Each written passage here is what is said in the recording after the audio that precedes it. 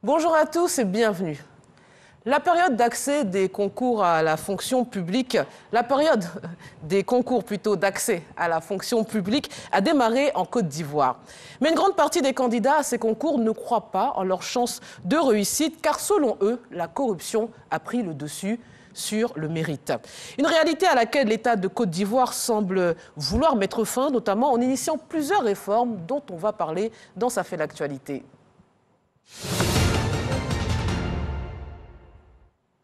Je vous propose d'écouter les réactions des populations au micro de Naominda. Le concours de la fonction publique, selon moi, il faudrait faire, comme on dit, mettre les affiches au niveau même des établissements. Très souvent, ce qu'on constate, il faut d'abord aller sur le site. Voilà. Il y a des nouveaux bacheliers, ils ne sont pas trop habitués au site internet, tout et tout. Donc, il faut peut-être aller dans les centres, là où, quand je prends, par exemple, une fesse, il faut afficher pour dire que voilà, le concours a été lancé. Il faut passer les annonces à la télé. Les concours de la fonction publique, je pense bien que depuis les années dernières, c'était un flou. Toute personne qui va faire le concours a peur, s'est dit qu'il va payer de l'argent et que donc c'est pas la connaissance intrinsèque de la personne, le savoir qui va, mais peut-être qu'il faut avoir un peu plus d'argent. Je pense que Madame la ministre a bien commencé déjà en décentralisant les concours dans différentes villes. Mais aussi, je souhaiterais que la correction soit transparente et qu'elle ait aussi ses yeux sur la sortie des résultats. Je pense que la fonction publique, ça aide la jeunesse à s'intégrer vraiment dans la société. Je pense que c'est une très bonne chose. La fraude existe toujours. L'État est en train de lutter efficacement contre cette fraude-là. Mais je pense que dans les années passées, jusqu'à cette année, je pense qu'il y a une amélioration au niveau de la fraude. Par le passé, pour pouvoir passer les concours, c'était un peu difficile. C'est-à-dire que les dossiers à fournir concernant les concours de la fonction publique sont vraiment, chaque année, quand vous faites échec à un concours, que vous devez repasser le concours, normalement, vous devez archiver ça quelque part. Mais chaque année, il faut aller refaire les mêmes dossiers. Et chaque fois, c'est de l'argent que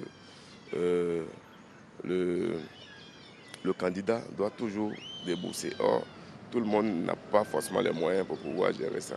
Avant, nous assistons à pas mal de corruption dans ce domaine de concours. Mais aujourd'hui, avec l'arrivée de la nouvelle ministre de la fonction publique, il y a franchement un changement. La communication est bien faite parce qu'aujourd'hui, par le canal même des réseaux sociaux, dès qu'un concours est lancé, on voit déjà si vous êtes intéressé.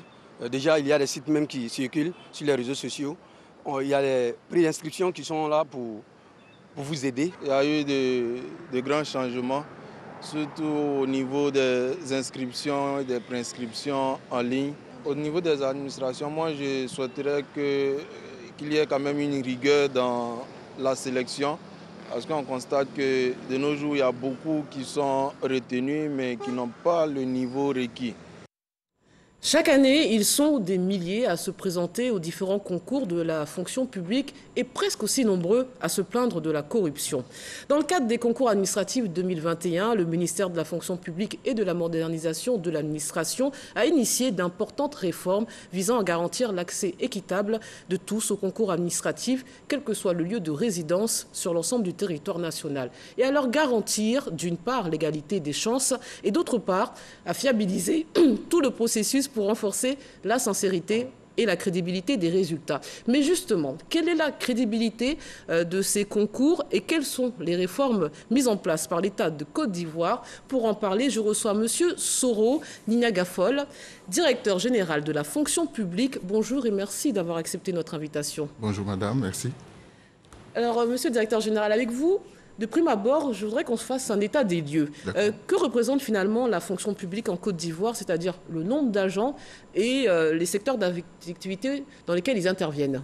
D'accord. Merci bien, madame, pour l'opportunité que vous donnez au ministère de la fonction publique d'éclairer les citoyens ivoiriens sur l'administration publique en général et les concours de la fonction publique en particulier.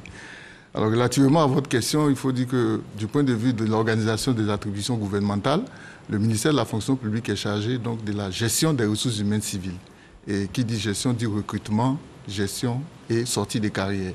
Et dans ce cadre-là, aujourd'hui, nous avons un effectif de 245 532 fonctionnaires qui sont au service de l'administration publique, donc au service des citoyens, dans plusieurs secteurs d'activité, notamment le secteur de l'éducation et formation, le secteur de la santé et les autres secteurs. Au niveau du secteur de l'éducation et formation, c'est vraiment le secteur qui emploie le plus grand nombre de fonctionnaires. Nous avons 148 243 fonctionnaires, soit 60% de l'effectif. Donc 60% de l'effectif des fonctionnaires est constitué d'enseignants, en réalité. Et pour le secteur de la santé, c'est-à-dire médecins, pharmaciens, infirmiers, sages-femmes, et tout le groupe du secteur de la santé, nous sommes à 36 406 fonctionnaires, soit environ 15% de l'effectif. Et pour les autres secteurs, donc, disons à l'administration générale, nous avons 60 883 fonctionnaires, soit environ 25% de l'effectif. Donc voici globalement ce personnel qui est à la disposition de l'administration publique pour animer les services publics et qui est appelé à être renouvelé parce que les gens vont à la retraite, d'autres malheureusement décèdent, etc., etc. Donc il y a un processus dynamique qui fait que chaque année, nous sommes obligés de renouveler le personnel par la voie ou par le mécanisme des concours, donc d'où l'existence des concours administratifs. Alors justement, en ce qui concerne les concours de la fonction publique, quelle est la tendance des années précédentes? Combien de candidats se présentent sur l'ensemble du territoire et combien sont admis?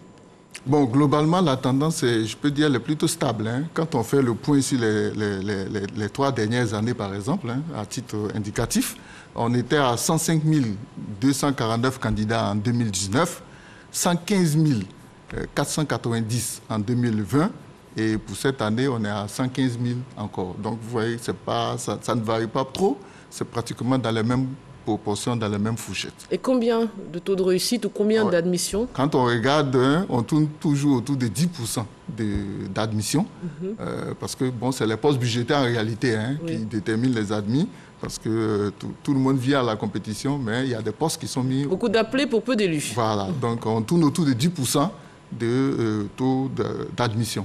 D'accord. Et pour la session 2021, ils sont plus de 115 000 actuellement à se présenter aux différents concours de la fonction publique. Quels sont finalement les enjeux de ces concours pour l'État? On a compris le recrutement de ces agents. Mais quoi d'autre? Alors, le principe du concours, c'est de permettre à l'État, effectivement, de renouveler ou de renforcer ses effectifs, mais surtout de faire appel aux meilleurs, aux plus méritants, parce que c'est le mode de recrutement le moins discriminatoire, puisqu'il permet à tous les citoyens, selon leur qualification, de venir à la compétition et de proposer leurs services à l'État. Donc c'est ce mode de recrutement qui est adopté par le statut général de la fonction publique, qui dit que pour devenir fonctionnaire, il faut passer par la case des concours. Donc le concours permet à l'État de sélectionner les meilleurs agents pour animer nos services publics. On va en parler après de la qualité de vos agents et de nos concitoyens. La session 2021 se déroulera, d'après vos services, sous le triptyque transparence, équité, célérité. Qu'est-ce que cela signifie exactement? D'accord, merci bien. Parce que, vous savez, les concours ou l'environnement des concours fait l'objet de beaucoup de suspicions, beaucoup de commentaires, beaucoup de préjugés défavorables. Alors, donc, lorsque Madame le ministre Anne Désiré-Oloto a été nommée à la tête de ce département ministériel en avril 2021, elle a mis un point d'honneur à redonner confiance aux citoyens vis-à-vis donc du processus d'organisation des concours. Et autour de cette volonté de redonner confiance, elle a bâti donc le triptyque transparence, célérité et équité. Tout à fait. Voilà. Donc la transparence pour dire à tous les acteurs comment le processus est déroulé, quelles sont les différentes étapes du processus et à quel moment quel acteur fait quelle action. Vraiment de sorte à ce que le candidat qui vient au concours sache à chaque instant qu'est-ce qui est fait dans le processus jusqu'au résultat final qui est donc la proclamation des résultats. Voilà. Donc alors, ça c'est vraiment au niveau de la question de la transparence. D'accord. L'équité, donc, c'est l'égalité des chances. En sorte qu'il n'y ait pas de discrimination. D'où la déconcentration, on a vu cette année, dans les mesures. Des mesures. On a renforcé. Le processus de déconcentration avait commencé depuis 2015. Mais cette année, ça a été renforcé en étendant à 10 villes, alors qu'on était à 7 villes. Donc, on est passé à 10 villes pour permettre à chaque citoyen, là où il se trouve, de pouvoir aller à la compétition sans faire de longs déplacements pour venir jusqu'à Abidjan. Alors parlons des mesures concrètes justement. Il y a la suppression des cours en préparation en présentiel. Il y a aussi la gratuité des cours en ligne. Dans le micro-trottoir, quelqu'un nous disait que chaque année, quand on se représente, on a encore des frais de dossier. C'est parfois des sommes très importantes pour certaines familles. C'est pour ça que vous avez voulu mettre en place la gratuité des cours en ligne et la suppression de la visite médicale aussi, pour des raisons budgétaires pour les candidats? Oui, en fait, ça fait partie effectivement des mesures qui ont été prises par Madame le ministre pour alléger le coût de participation au concours. Donc, les cours de préparation se faisaient déjà, mais en 2 volets. Un volet en présentiel, c'est-à-dire où on se retrouvait dans des salles de classe, et un volet en ligne. Donc, elle a fait une évaluation à son arrivée et on est tombé d'accord que le volet en ligne n'appelait pas vraiment la mise ou des dépenses exorbitantes, dans la mesure où le candidat pourrait rester chez lui, en tout cas de partout, se connecter au site et avoir accès aux cours. Alors que les cours en présentiel nécessitaient un déplacement jusqu'à une localité donnée, puisqu'on ne le faisait pas sur toutes les villes. Donc il y avait quelques localités, dont il y avait l'obligation de se déplacer. Et c'était aussi l'occasion de certaines rencontres ou de certaines proximités qui pouvaient donc favoriser des réseaux, des tentatives d'extorsion de fonds, etc. Donc vraiment, c'est tout cet ensemble-là qui a milité en faveur de la suppression de la préparation en présentiel au profit donc de la préparation en ligne, mais gratuitement. Gratuitement. Voilà. Et la visite médicale, là aussi, elle est supprimée pour les candidats, pour tous les candidats, mais maintenue pour les admis? C'est ça. Alors jusqu'à cette année, ce qui s'est passé, c'est que dans le processus, lorsque vous vous inscrivez, après vous partez systématiquement à la visite médicale avant d'aller à la composition. Donc tous les candidats faisaient la visite médicale avant même d'aller à la composition. D'accord. Pour cette année, la réforme, c'est que c'est seulement ceux qui vont être admis qui vont aller à la visite médicale. Puisque cette contrainte-là est dans le statut général, mais c'est une contrainte pour ceux qui vont devenir fonctionnaires, pas pour ceux qui sont candidats. Donc c'est lorsqu'il est admis qu'il doit satisfaire donc ces dispositions relatives donc à l'état de santé.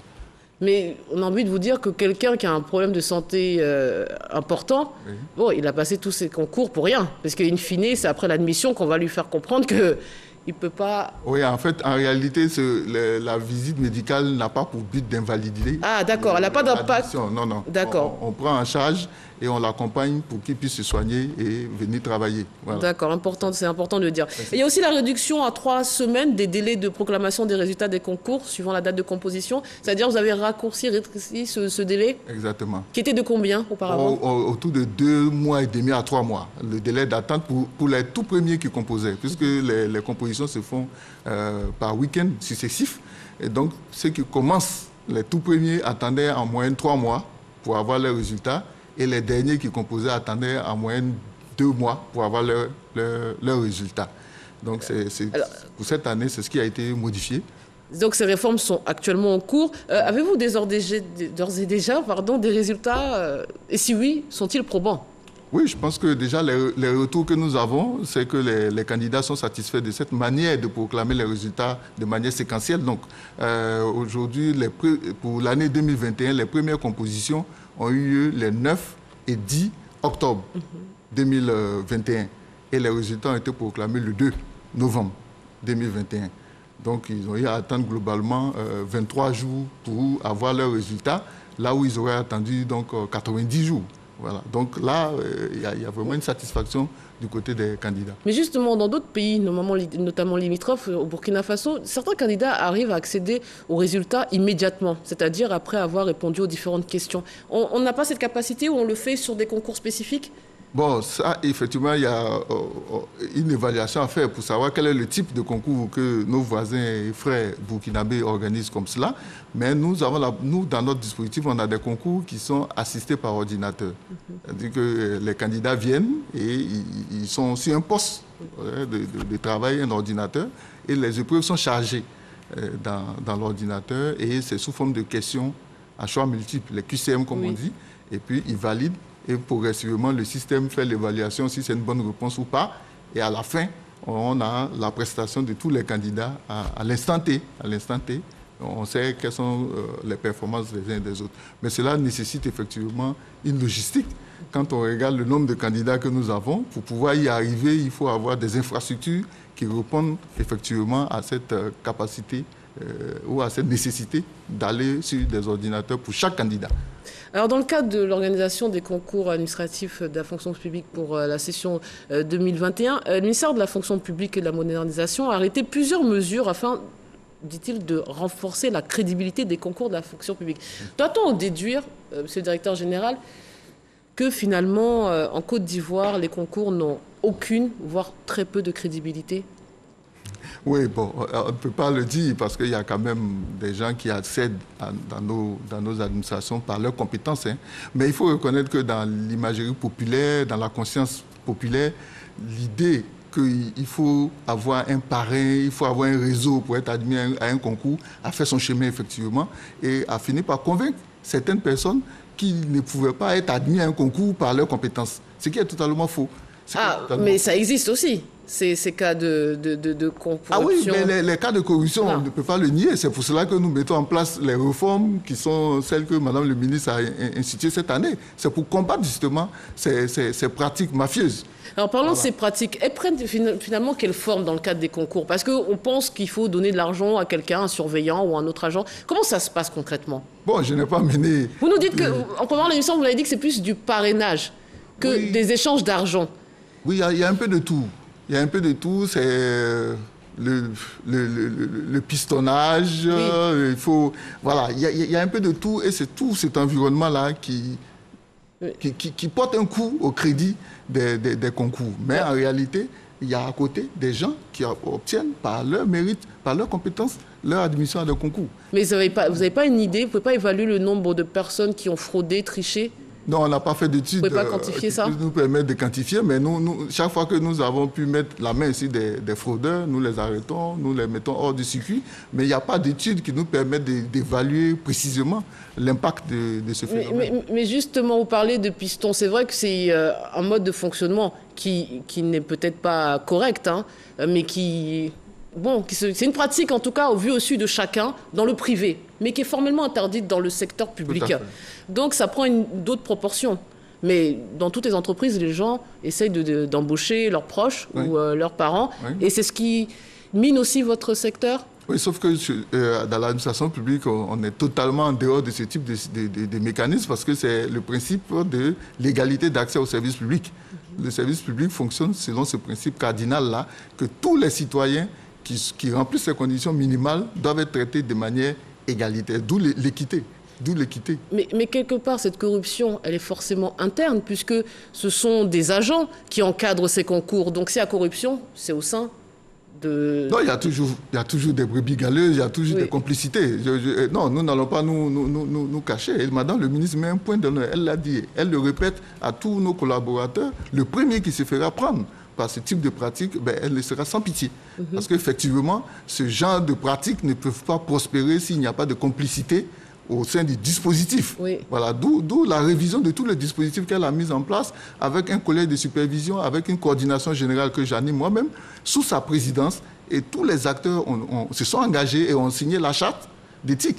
Donc, qui s'engagent à en subir la rigueur si d'aventure ils s'écartent des règles qui ont été fixées. Donc, nous ne pouvons pas garantir la moralité, la probité de tous les acteurs, mais en tout cas, le premier qui se fera prendre, il fera l'objet donc de poursuites et de sanctions conformément donc à la loi. Donc peut-être certainement un renvoi et autres. Quelle est la sanction pour l'agent de la fonction? Là, s'il est fonctionnaire, il y a la possibilité d'être révoqué, qui est prévue donc par les textes. Révocation. Et en ce qui concerne les fraudeurs, que risque-t-il, par exemple, en cas de flagrant délit, je suis en examen et j'ai décidé de tricher à l'aide peut-être de mon smartphone. Qu'est-ce que je risque si je suis prise en flagrant délit? Bon, actuellement, le dispositif, lorsque vous êtes pris en flagrant délit, on vous sort de la salle immédiatement avec la mention fraude sur vos feuilles et la mention fraude sur le PV de la session. Ce qui fait qu'automatiquement, vous êtes recalé pour la session au cours de laquelle vous avez été pris en flagrant délit. Mais j'ai la possibilité de revenir l'année prochaine? De revenir. En l'état actuel, nos textes n'empêchent pas quelqu'un qui a été pris en état de fraude de revenir sur la session suivante. Et si, imaginons que je suis, finalement, je réussis ce concours l'année d'après, il n'y aura pas un dossier pour me suivre en disant « Ah, tentative de fraude sur cet individu ». Non, pour l'instant, non, il n'y a pas ce type de dispositif. Donc, on espère que... Donc, vous donnez vraiment une seconde chance aux uns aux autres. Parce que dans d'autres pays, pour la France, pour ne pas la citer, la personne qui fraude lors d'un concours, pendant 5 années, interdiction formelle de passer quelques concours que ce soit, même notamment le permis de conduire. Vous avez envisagé ce genre de sanctions pour les fraudeurs? Il y a une information peut-être qu'il faut donner, c'est que la session 2021 est une session de transition entre l'ancienne manière de faire et ce que nous envisageons, ce que maintenant le ministre projette comme étant le mode d'organisation de nos concours. Et cette question, justement, fait l'objet de débats actuellement en interne et fera forcément l'objet d'un traitement. Donc on peut envisager des sanctions pour les fraudeurs au concours de la fonction publique. Bien sûr. Alors maintenant, il y a aussi une autre question que j'ai envie de vous poser par rapport à l'actualité récente. On a récemment vu des personnes manifester leur mécontentement suite au refus, disent-ils, de vos services de les intégrer dans la fonction publique, alors qu'ils sont détenteurs d'un doctorat. Que s'est-il passé exactement ? Bon, merci. C'est vrai que ce n'est pas stricto sensu les concours, mais c'est le mécanisme de recrutement effectivement des agents publics. En ce qui concerne les enseignants du supérieur, parce que c'est d'eux qu'il s'agit, il y a une commission qui s'appelle la Commission nationale de recrutement des enseignants du supérieur, qui fonctionne exactement comme un jury de recrutement pour un concours. Et il y a aussi là-bas des postes budgétaires, parce que ce qu'il faut noter, c'est que les concours sont ouverts en concurrence de postes budgétaires prévus. Donc, même si vous avez les diplômes les plus élevés et que les postes budgétaires qui sont disponibles sont inférieurs au nombre de candidats, eh bien, il y aura des candidats qui vont être recalés. Donc, que ce soit au niveau de l'enseignement supérieur ou des autres secteurs, il y a des postes budgétaires. Et après, la commission recrute à concurrence des besoins et à concurrence des profils aussi. Et au final, ceux qui ont manifesté n'ont pas été retenus en réalité en raison donc de ces critères-là. Donc ça veut dire qu'ils n'ont pas fait... Parce qu'il faut qu'on comprenne bien comment ça fonctionne les concours. Vous prenez souvent les meilleurs. Je ne sais pas si ce sont les 10 meilleurs. Bon. Ça veut dire que pour chaque concours, vous prenez les meilleurs de ces concours et ils sont censés être affectés après dans un lieu précis. Et qui dit affectation dit rémunération, dit que ça a été budgétisé. Donc là aussi, on ne comprend pas, parce qu'il y a aussi cette mauvaise réputation de la fonction publique en ce qui concerne les salaires. Finalement, on entend souvent les agents dire que certes, ils se plaignent à la fois de leur niveau de rémunération, mais aussi de ne pas du tout être payés, des fois plusieurs mois après avoir pris fonction dans leurs différents postes. Et parfois, certains nous disent que ça les incite à être corrompus. Ça n'excuse pas, mais c'est une des explications qu'ils donnent. Comment comprendre, monsieur le directeur général, que des agents bénéficiant d'un poste budgétisé ne soient pas payés? On ne comprend pas. Si budget il y a, prévision a été faite, pourquoi ils ne sont pas payés pendant plusieurs mois? Non. Je le répète, les concours sont ouverts et les postes budgétisés. Donc, quand un fonctionnaire est recruté, c'est pour un poste qui est déjà prévu au budget. Donc, il n'y a pas de problème de prise en compte budgétaire. Ça, il faut que cela soit dit. Alors, ce qui se passe, c'est que l'administration a ses mécanismes de fonctionnement, qu'on peut critiquer, qu'on peut ne pas aimer, mais qui sont les mécanismes de fonctionnement de l'administration, qu'il faut qu'il y ait un point de départ, qui est la prise de service du fonctionnaire. Donc, c'est cette date qui déclenche tous les phénomènes, toutes les activités qui vont émailler sa carrière, et qui nécessite des actes administratifs qui font intervenir plusieurs acteurs, ce qui peut effectivement alourdir le mécanisme de leur prise en charge et du paiement de leur salaire. Ça peut arriver. Et ça, nous travaillons à ça, c'est ce que nous appelons dans notre jargon le premier mandatement, c'est-à-dire le premier salaire. Parce qu'une fois que le premier salaire est passé, le reste se fait de manière facile chaque mois automatiquement. Mais le premier salaire, effectivement, il y a une série d'activités à mener et plusieurs administrations qui interviennent. Et donc ça allonge le délai? Voilà, et nous travaillons à raccourcir. On était à des délais de 2 ans. Aujourd'hui, le défi pour nous, c'est de faire au maximum 6 mois après la prise de service, que chaque fonctionnaire puisse avoir son premier salaire. Sachant qu'il y a, j'imagine, une rétroactivité. Oui, bien sûr. Et quand vous prenez service, même si c'est 1 an après, on vous paie le rappel. Ce qu'on appelle le rappel, c'est à côté de votre date de prix de service que le calcul du salaire va être fait pour vous payer donc toute la période d'attente. Alors, une autre question, c'est une tendance générale, voire mondiale. Beaucoup nous disent d'experts, notamment de l'éducation nationale et dans d'autres domaines, que finalement, la qualité des élèves et la qualité des individus, en tout cas le niveau est en baisse. C'est une tendance générale et mondiale. Vous l'avez aussi observé dans les concours, le niveau a baissé en Côte d'Ivoire? Oui, c'est triste de le dire, mais c'est un constat. Et nous avons, si on prend l'exemple de cette année 2021, nous avons déjà fait 2 délibérations. Les délibérations pour les concours des 9 et 10 octobre et les délibérations pour les concours des 23 et 24 octobre. C'était seulement hier d'ailleurs, les résultats sont en ligne depuis hier nuit. Alors on a constaté effectivement que la prestation des candidats est souvent en deçà des attentes. Il y a même eu des concours, ça je le dis, où on a dû déclarer, le jury a dû déclarer aucun admis, néant.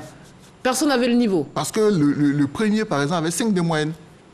Donc, oui, alors, donc c'est pas les postes budgétaires qui étaient en cause, parce qu'il y avait des postes budgétaires, mais les prestations des candidats étaient telles qu'on ne pouvait pas vraiment retenir d'admis. Mais il faut aussi préciser que parfois, certains de ces candidats ont même triché pour avoir leur diplôme. Bon, nous n'avons pas... Ceci explique cela? Ceci pourrait expliquer cela, mais nous n'avons pas les moyens de l'affirmer. Mais nous constatons effectivement que la prestation est souvent très décevante. D'accord. Peut-être un dernier mot, un conseil pour tous ces candidats à la fonction publique. Que pouvez-vous leur dire? Ce qu'il faut dire et ce qu'il faut répéter, c'est que le concours, c'est une compétition sélective et qu'il faut la préparer. C'est une compétition qu'il faut préparer en se donnant toutes les chances, mais les chances légales et réglementaires, et non à la recherche de parrains, la recherche de circuits, la recherche de réseaux.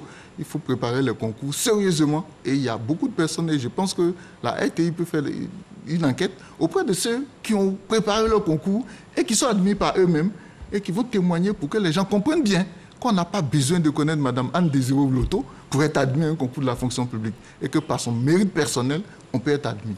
C'est ce que je peux lancer comme appel. Et ça sera le mot de la fin.